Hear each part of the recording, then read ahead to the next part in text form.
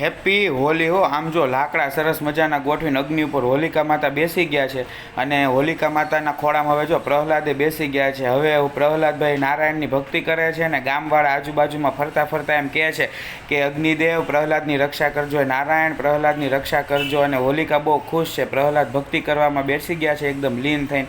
અને બ્રહ્મદેવ જો આ અગ્નિની પૂજા કરે છે, હોલિકાની પૂજા કરે છે કે તમે સારું હોય એનો વિજય કરાવડાવજો. અને આટલું સરસ શાંતિપની ગુરુકુલમ વાળાએ હોળીનું આયોજન કર્યું અને બ્રહ્મદેવની આરતી તો જોવો, ઓહો એક નંબર. હવે બ્રહ્મદેવ પ્રદક્ષિણા ફરવા માંડ્યા, વાહ વાહ વાહ.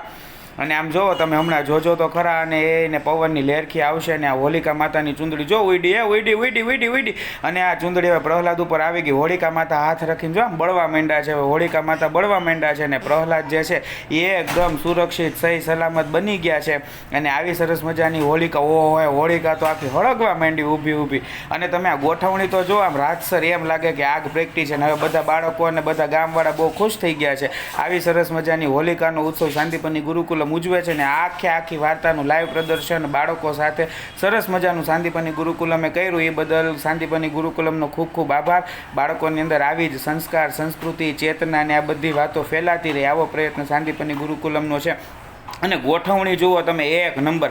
આવી શેરીમાં તમે ગોઠવવા જાઓ ને તોય આટલી સરસ હોળિકા ગોઠવાતી નથી. એક સરખા લાકડા, ફૂલ, ડેકોરેશન. અને આમ જો ખોટો અગ્નિ છે તો એકદમ રીતસર પ્રજ્વલિત થયો હોય એવો. જય શ્રી કૃષ્ણ.